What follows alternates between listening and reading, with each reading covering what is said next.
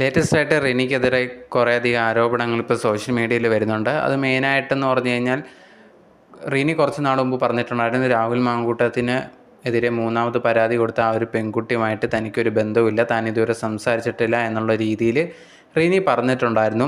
എന്നാൽ രാഹുൽ മാങ്കൂട്ടത്തിൻ്റെയൊക്കെ ഫ്രണ്ടായിട്ടുള്ള ഒരു വ്യക്തി എന്ന് പറഞ്ഞു കഴിഞ്ഞാൽ ഈ ഒരു റിനിയും ആ ഒരു പെൺകുട്ടിയും തമ്മിൽ സംസാരിച്ചിട്ടുണ്ട്, റിനിയാണ് ഈ ഒരു പരാതി കൊടുപ്പിക്കാനുള്ള കാരണം എന്നുള്ള രീതിയിലൊക്കെ പറഞ്ഞിട്ടുണ്ടായിരുന്നു. അതിൻ്റെ തെളിവായിട്ട് ഇപ്പോൾ ലേറ്റസ്റ്റ് ആയിട്ട് ആ വ്യക്തി ഉണ്ടെങ്കിൽ ഈ ഒരു പെൺകുട്ടി മൂന്നാമത് പരാതി കൊടുത്ത ഈ ഒരു പെൺകുട്ടി ഉണ്ടെങ്കിൽ ഈ ഒരു വ്യക്തിക്ക് മെസ്സേജ് ഇട്ടിട്ടുണ്ടായിരുന്നു. റിനി ഉണ്ടെങ്കിൽ തനിക്ക് മെസ്സേജ് അയച്ചിട്ടുണ്ടായിരുന്നു, അവൾ കാരണമാണ് ഞാൻ ഇതേ കണക്ക് പരാതിയായിട്ട് മുമ്പോട്ട് വന്നേ എന്നുള്ള രീതിയിൽ പറഞ്ഞിട്ടുണ്ടായിരുന്നു. അങ്ങനെ അവർ സംസാരിച്ച ആ ഒരു സ്ക്രീൻഷോട്ടായിരുന്നു ഇൻസ്റ്റാഗ്രാമിലൂടെ പങ്കുവച്ചിട്ടുണ്ടായിരുന്നു. ഇതിന് ശേഷമാണ് ഇപ്പോൾ റിനിക്കെതിരെ ഭയങ്കരമായിട്ടുള്ള നെഗറ്റീവ് കമൻസൊക്കെ വന്നുകൊണ്ടിരിക്കുന്നത്.